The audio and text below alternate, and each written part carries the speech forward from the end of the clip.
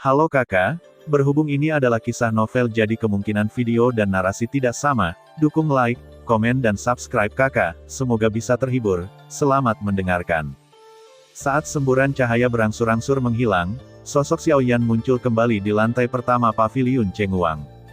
Setelah melirik kerumunan yang ramai di aula dan mengalihkan pandangannya ke laci di dinding, hati Xiaoyan bergerak sedikit, ekspresi bijaksana muncul di wajahnya, tapi dia tidak terburu-buru pergi.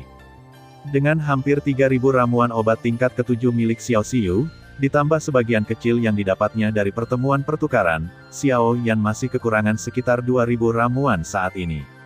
Melihat betapa sibuknya lobi di lantai pertama paviliun Chengguang, mungkin dia benar-benar memiliki peluang. Jika mereka mengumpulkan semuanya sekaligus, itu akan menghemat banyak waktu dalam pencarian. Hehe, ketika dia memikirkan hal ini, Xiaoyan menyeringai penuh harap. Sejak dia datang, wajar untuk kembali dengan bahagia. Setelah melihat laci yang ada di dekatnya, Xiaoyan melangkah maju dengan cepat dan hendak mengulurkan tangan untuk membukanya ketika suara mati rasa tiba-tiba terdengar di telinga Xiaoyan. Terkikik, apakah Anda sedikit tidak sabar, Tuan? Begitu suara itu mencapai telinganya, Xiaoyan langsung waspada. Saat dia berbalik dan melangkah mundur, dia dengan cepat melihat ke samping. Di mana dia melihatnya, ada pemandangan seputih salju muncul di depannya adalah wanita cantik yang pernah dia lihat sebelumnya. Tuan, apakah Anda ingin kembali ke paviliun Chengguang untuk pertama kalinya? Melihat ekspresi bingung Xiaoyan, wanita cantik itu tidak bisa menahan senyum. Saat sosoknya bergoyang, angin harum yang kuat bertiup ke arah Xiaoyan. Aroma hangat menyerang hati Xiaoyan, dan emosi yang tak dapat dijelaskan muncul di tubuhnya tanpa disadari. Melihat sosok wanita cantik yang montok itu, dia merasa mempesona sejenak. Tertawa, tapi kemudian, api aneh tiba-tiba muncul di kedalaman mata Xiaoyan. Api jahat di hatinya, dan bahkan aroma yang memikat tiba-tiba menjadi kering dan tidak berasa wanita cantik yang memanjakan di hadapannya. Tatapan dingin dan tegas membuat wanita itu segera sadar kembali, dan ekspresi terkejut muncul dari matanya yang penuh pesona. Teknik pesonanya berasal dari seni bela dirinya, dan itu melengkapi keterampilan bertarungnya, dan bahkan menunjukkan warna dagingnya. Selama bertahun-tahun, berapa banyak orang-orang kuat dari Sekte Yuan jatuh di bawah Rok Delima dan menghabiskan sumber daya mereka. Meskipun ada banyak orang yang mampu melawan dengan cara mereka sendiri, orang di depan mereka adalah orang pertama yang mendapatkan kembali kejelasannya dalam sekejap.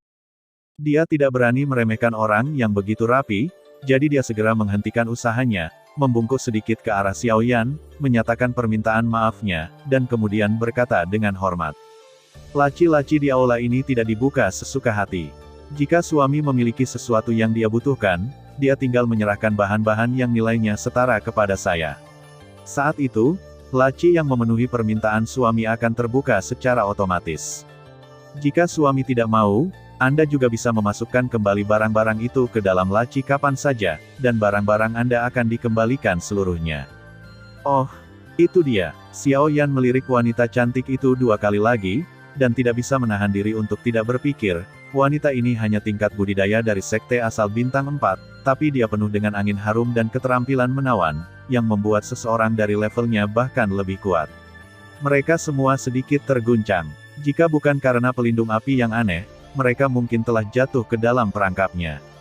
Untungnya, metode wanita ini hanya untuk mengumpulkan sejumlah kekayaan, dan itu bukan masalah serius. Jika dia benar-benar memiliki motif tersembunyi, Xiaoyan pasti punya cara untuk membunuhnya pada saat itu juga.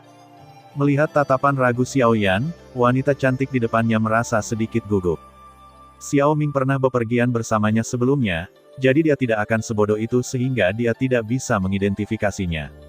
Akan baik-baik saja jika teknik pesonanya berhasil, tapi sekarang itu merugikan diri sendiri di depannya lagi.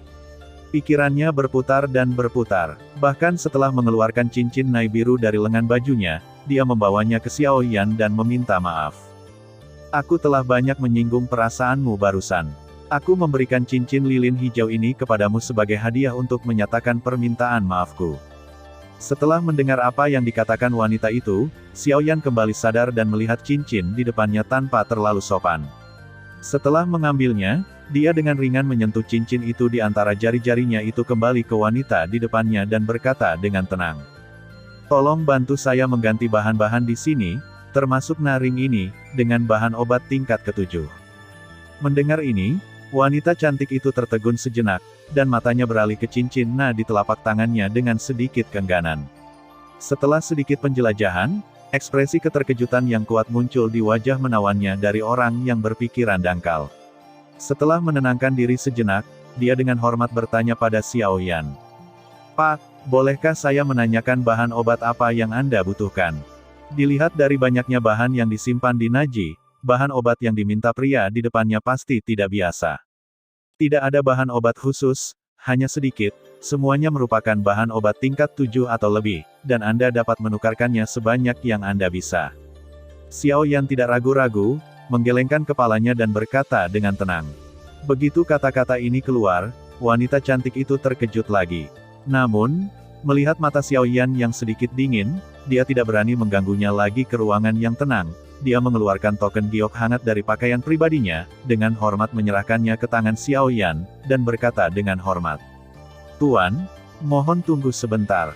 Karena isi setiap laci berbeda, perlu waktu untuk mengonfirmasinya. Saat saya kembali untuk memberitahu Anda dapat menggunakan token giok ini untuk membuka laci barang-barang yang Anda butuhkan." Petik 2. Xiao Yan mengangguk dalam diam dan kemudian menunggu dengan tenang selama hampir 3 jam. Hingga suatu saat, pintu kamar yang sunyi itu perlahan terbuka, dan wanita cantik itu kembali muncul di hadapan Xiao Yan, memperlihatkan senyuman menawan penuh godaan pada Xiao Yan, lalu mengajak Xiao Yan kembali ke aula lagi. Memainkan token giok hangat di tangannya, Xiao Yan dengan penasaran mencoba menyuntikkan beberapa origin ki ke dalamnya. Benar saja, saat berikutnya, cahaya lemah perlahan memancar dari token giok pada saat itu, titik-titik cahaya putih lembut memancar satu demi satu, seperti hujan meteor. Wow, meskipun Xiao Yan menganggap adegan ini cukup aneh, ketika menarik perhatian semua orang di aula, itu berubah menjadi keributan. Mata semua orang beralih ke Xiao Yan yang memegang token giok di tangannya dan wajah semua orang dipenuhi dengan ekspresi takjub. Saya melihat bintik-bintik cahaya putih terang yang padat menari-nari sebentar, lalu menyatu dengan laci di dinding seolah-olah itu adalah makhluk hidup, dan kemudian... Di tengah ledakan gesekan, di aula melingkar yang besar, lebih dari setengah dari ribuan laci di dinding dibuka perlahan. Terima kasih sudah mendengarkan kakak dan yang sudah subscribe. Untuk yang belum subscribe yuk subscribe kakak dan yang minat support jadi member klik tombol gabung kakak. Semua cerita sudah Mimin simpan di playlist supaya bisa kakak ikuti. Bila suka cerita Mimin jangan lupa subscribe channel Mimin dan share channel Mimin ke seluruh penjuru benua. Terima kasih.